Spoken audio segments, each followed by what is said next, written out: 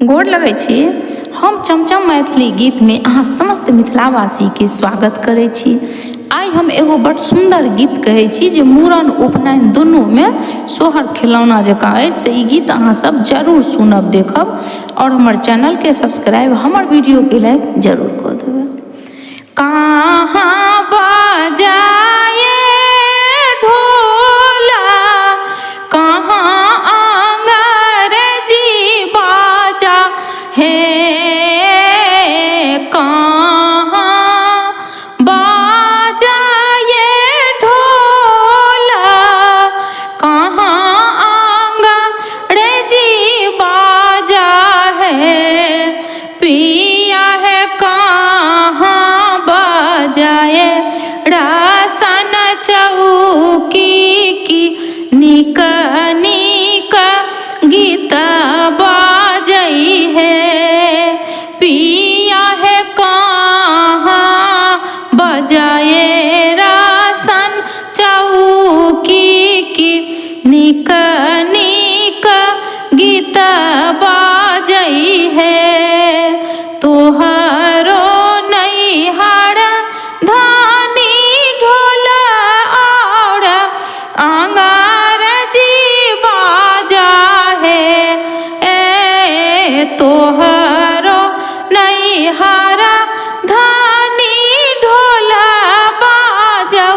और अंग्रेजी बाजा है धानी है मरबा बाजाए रासन चौकी की निक निक गीत बाजई है धानी है मरबा बाजाए रासन चौकी की निक निक गीत बाजई है से सुनी धानी कानई लागल और नोर चुबई लागल है से सुनी धानी कानई लागल और नोर चुबई लागल है पिया है कहन कठोर भेला